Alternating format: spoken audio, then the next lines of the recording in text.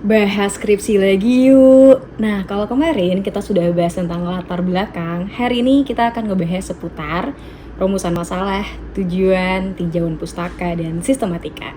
Yuk kita bahas.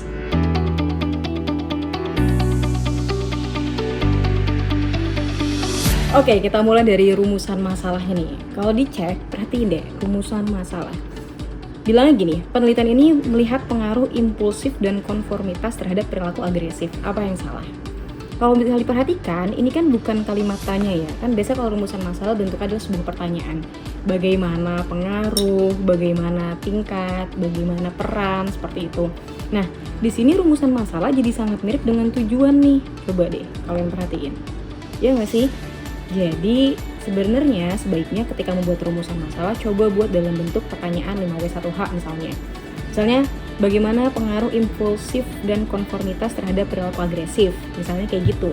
Jadi perhatikan dalam pembuatan rumusan masalah. Hal lain yang perlu diperhatikan ketika membuat rumusan masalah adalah jumlahnya. Jadi misalnya teman-teman menggunakan 3, 5, pastikan itu akan terjawab di hasil pembahasan. Jadi jangan meletakkan terlalu banyak sampai kalian lupa untuk menjawabnya nanti gitu ya.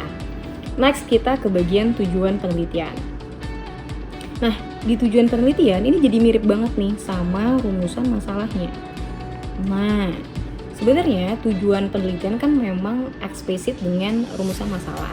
Tapi biasanya juga lebih dari satu, misalnya satu secara umum, kedua bisa juga secara khusus gitu.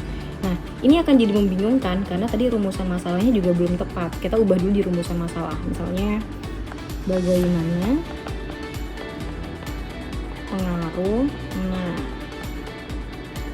lanjutin nih sampai bawahnya. Oke, terus tujuannya kan bisa melihat pengaruh misalnya, atau secara teoretik dia untuk apa, secara praktis untuk apa gitu. Jadi perhatikan kembali rumusan masalah dan tujuan penelitian. Oke, kita next dulu ke bawahnya. Kita ke tinjauan kajian terdahulu. Dari yang nomor 1 dulu ya. Ketika di nomor pertama nih, bentuknya adalah dia menggunakan persamaan, terus ada perbedaan sama ringkasan penelitian. Saya pengen bagi tips gimana untuk menemukan persamaan dan perbedaannya. Misalnya, ketika teman-teman bingung gimana menemukan persamaan dan perbedaan, coba analisa di 3 hal. Pertama, teorinya, metodenya, dan hasilnya. Pertama, kita identifikasi dari teorinya dulu nih. Dia bilang persamaannya relevansi terhadap penelitian karena pendekatannya sama-sama menggunakan kuantitatif dan sama-sama menggunakan kuesioner.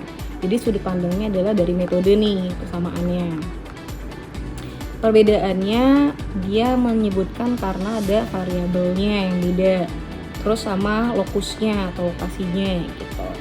Nah, kalau teman-teman bingung gimana sih caranya, yaitu misalnya dia metodenya sama-sama pakai kuanti tapi teorinya berbeda. Dia sama-sama menggunakan kuanti tapi yang satunya survei, satunya eksperimen. Jadi bisa nih dianalisa dari teori, metode, sama hasilnya. Oke, kita lihat ke bawah lagi.